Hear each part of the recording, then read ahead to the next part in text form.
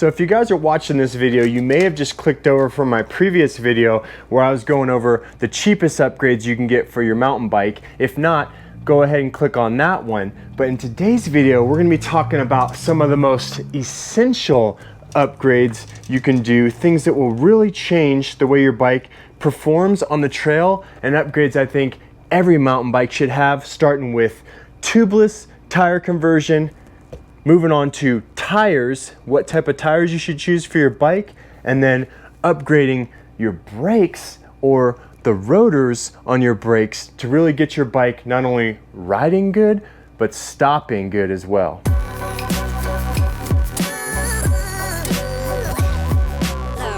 Because one of the big faults with this new bike, and with a lot of bikes you'll buy, even if you buy the highest end models, is they come with tires that aren't usually the best tires, or may not be the best for the type of riding that you do. Your bike may not even come with a tubeless tire setup, so that's something you're definitely going to want to do. And a lot of times these bikes come spec'd with smaller rotors in the rear, like a 180 rotor in the rear. And if you're going to be riding a more aggressive bike and really pushing your limits, hitting those higher speeds, maybe even taking your bike to bike parks, then one of the best ways to get the most performance out of your brakes is to upgrade the rotor size, which is going to help keep those rotors cooler and ultimately give you more stopping power for those downhill runs. Now for the tires, I'm going to be riding these Pirelli Scorpion tires, and big thanks to my local bike shop, Zach's Bikes, who helped me out with these tires, hooking the channel up, supporting the channel, giving me these tires to try out. I've always run Maxxis in the past and really wanted to try something different. They recommended these Scorpion tires. So for the front tire, we got the Enduro M29 by 2.6 up front with that Smart Grip Gravity compound right there. And then in the rear, we got this Pirelli rear specific tire right here, 29 by 2.4. And you can see right there, it says rear specific. This one is also for mixed conditions. And I'm really interested to try these tires out, running just a little bit narrower tire in the rear with the 2.4, a little bit beefier tire up front with the 2.6. You can see the knobs on that thing are no joke. And in the rear, it's got a really cool pattern. You can see those kind of closely spaced knobs and a little bit less aggressive tread. So I think this is gonna give me good, kind of faster rolling rear tire, but still have enough grip up front. All right, let's go ahead and get this tire out. Boom, boom, boom. Now I'm gonna look for this on the side for the rolling direction. Okay, you can see on these tires, I'm used to Maxxis, has a little bit of a different arrow, but it's got a little arrow right there that shows the rolling direction.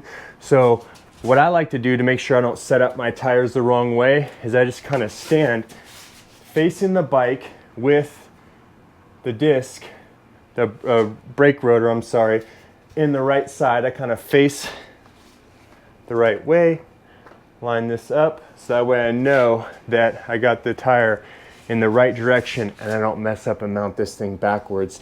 And then little pro tip, what people like to do when they're mounting their tires is take that graphic right there and put it right over the valve. So let's go ahead and get these things mounted up.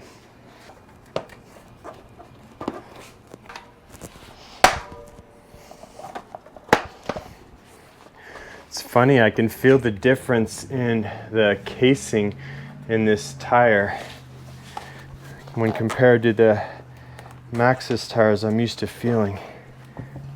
Hopefully it's going to be heavy duty enough. It doesn't feel like it's a very thick tire, but this is what was recommended for the type of riding I'm doing, so just gotta trust it.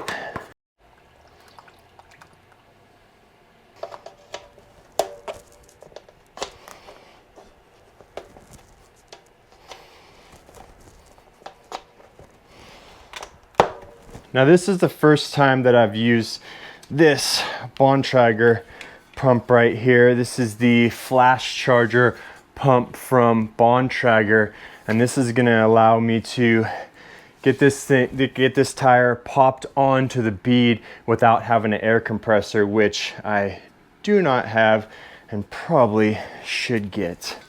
So let's go ahead and see how this thing works. All right, let's see. Tank fill.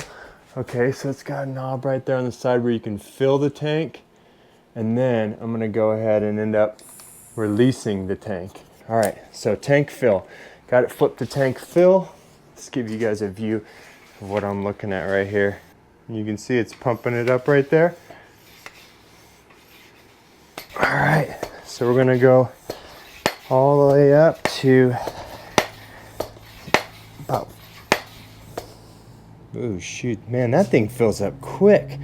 I only did like a few pumps and that thing's already at 44 PSI right there. This little red button in front right here that you can kind of release that. So I think we'll go down to about 40 PSI. It's about as much as we need. And let's give this a try.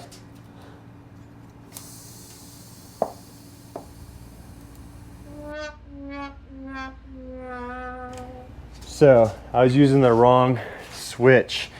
So that's charge, that's inflate. The switch I was using on the other side is fill the tank and release the pressure if you weren't gonna go ahead and fill up your tube and you just wanna release the pressure. So that's probably why that didn't work. We'll see if I can get it right when I do the front tire. Let's get this thing the rest of the way filled up.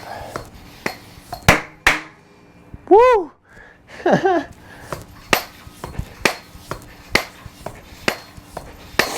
A little bit of PTSD from combat kicking in right there, yes.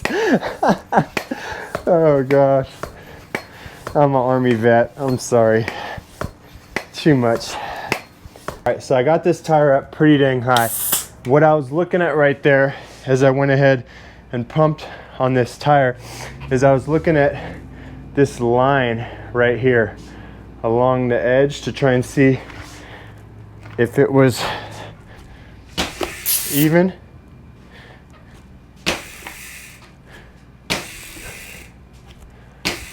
Because I want that line to be nice and even to make sure that tire is seated all the way around. And sometimes if it doesn't pop on all the way, or if you see that line isn't even, you can just kind of twist it like that and get that bead to pop on to that rim a little bit better right there. But it seems like it went on all the way. Looking around the edge of the tire, looks pretty even to me. All right, get that valve stem cap on there, and that back tire is ready to go back on the bike. All right, we're gonna leave that back tire off for right now, and we're gonna make things just a little bit interesting. Let's see how quickly I can get this front tire off, back on, tubeless setup, and back on the bike. Let's get it.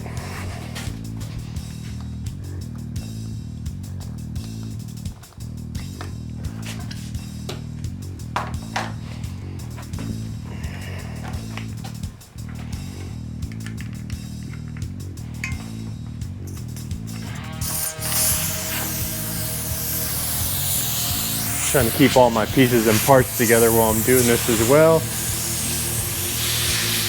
Go ahead and multitask.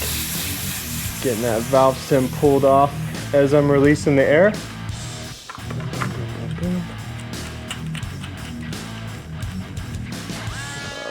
All right.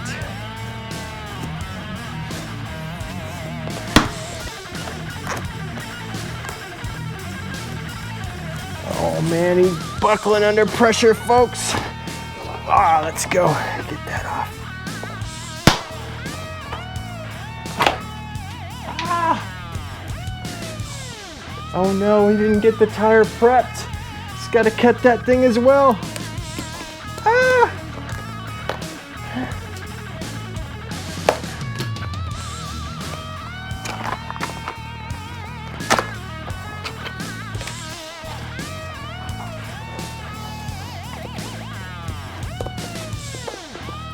these things unfolded, looking for the arrow's gonna kill his time. Oh, come on, arrow.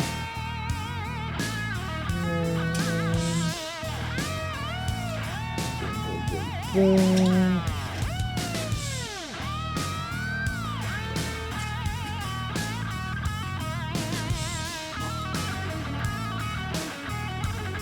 I don't know why they don't put the arrow on both sides of the tire, and this arrow is way smaller on this tire. But all right, we got the direction of rotation, we got the tire. All right. On there.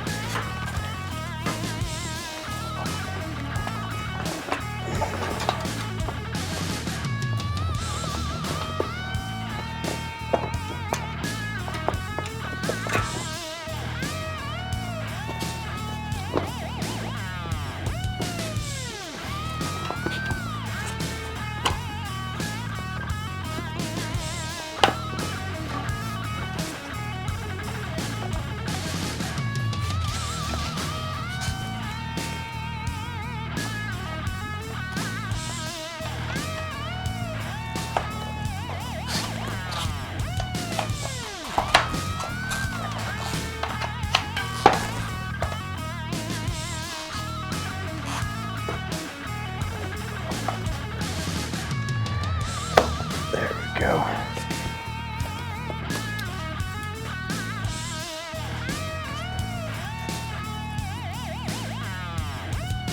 Could have prepped this valve stem, that probably would have helped a little bit, right?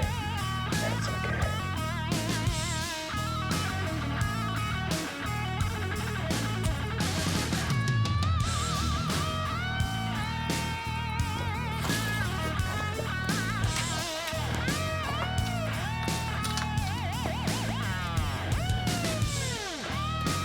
So, I'm not a bike shop mechanic, definitely not a professional, folks, but this will just go to show you that this is one of the best upgrades you can do to your bike, getting the right tubeless tire setup with the right tires on your bike, and it doesn't take that long to do. Definitely worth your time.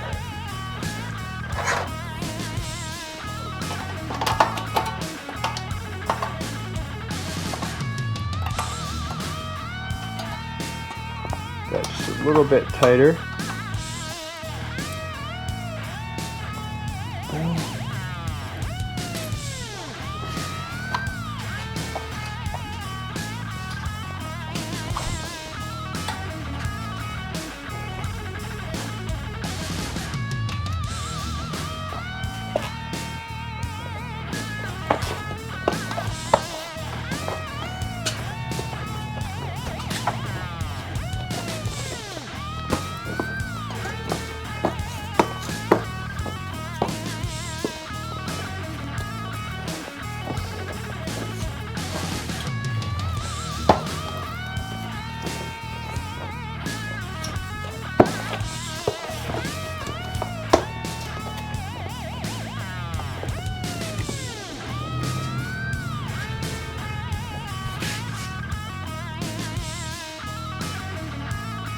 Did I mention you want to keep a rag around when you're doing this? Definitely do.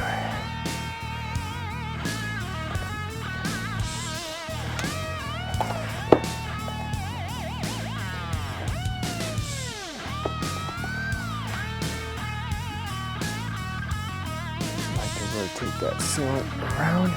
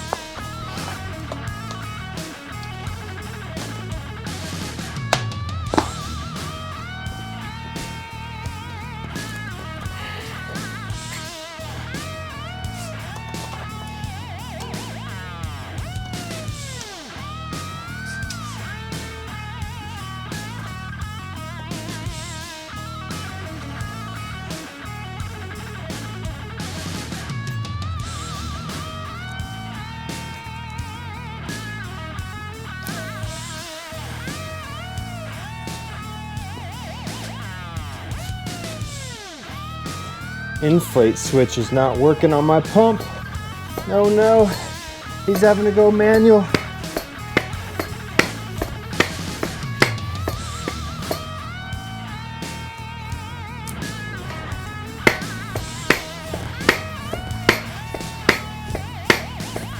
See if I can pop it on without getting any PTSD twitches this time.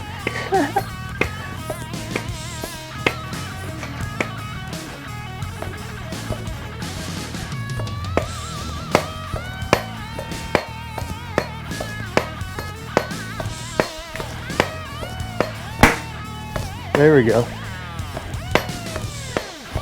One more pop.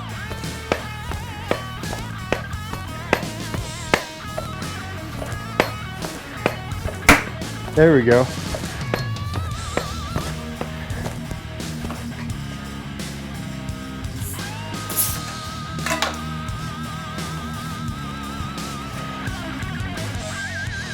Seated evenly around there.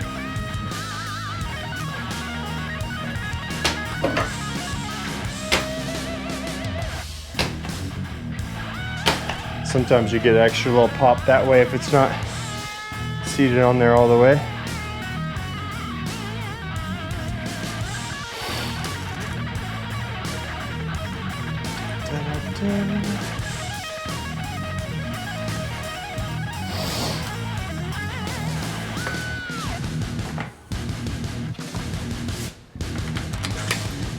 There we go, folks.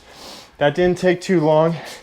Got those wheels set up, tubeless converted. Hopefully that gave you guys the confidence to go out and do this yourself. Man, I like the way, look at that. I like the way those gray, silver kind of tire graphics are just tying this bike together. It's the little things, folks, it's the little things. All right, now let me catch my breath, get this shop somewhat put back together, and then we will move on to upgrading these brakes, because now that I got these tires on there, I'm gonna wanna haul ass down the mountain, and I better be able to stop. So I'm definitely gonna have to figure out this pump. I went to the charge setting right there, and it was charging the pump up as I went ahead and pumped air into it. You can see right there, it's charging it up, but then when I flip it to the inflate, it's not really releasing and popping that tire on there. Now, if you guys are paying attention on my last video at all, you'll notice that I didn't replace the rotor bolts on my rear rotor when I was throwing those cool new anodized rotor bolts that I got from Trail 1. So not only am I going to replace this 180 rotor with this brand new Shimano 203 rear brake rotor, but I'm also going to be throwing on those anodized bolts as well. Now, some of you guys may be asking or thinking to yourself, okay, you got TRP brakes, but you're throwing on this Shimano rotor. Why not upgrade the rear rotor to the TRP rotors, which are actually a little bit thicker than the Shimano? But I was just trying to find the cheapest way to upgrade my brakes. So I got the Shimano brake rotor adapter right here and the 203 rear rotor, all for about $50 down at my local bike shop. And for me, that was just an easy way, kind of the most cost-friendly way to be able to get the most performance out of my brakes. Getting that 203 rotor set up in the rear is really going to increase the stopping performance, and maybe later I'll end up upgrading to thicker rotors once when I wear out the pads and the rotors that I got on this bike right here. Don't want to get your fingers caught in there. But all right, folks, there we go. Got those oil slick rotor bolts on that 203 rear rotor. Got that sleek looking oil slick valve stem cap right there. And those are the essential upgrades for any mountain bike, really, but definitely ones I'm excited to get on this bike.